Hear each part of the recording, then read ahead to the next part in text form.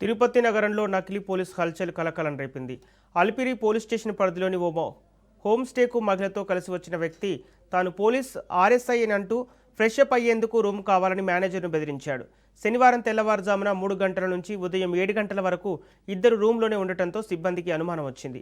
పలుమార్లు తలుపులు తట్టినా స్పందించకపోవడంతో home stay manager Hemant యజమాని పార్థసారథి రెడ్డికి అనంతరం పోలీసులకు సమాచారం అందించాడు.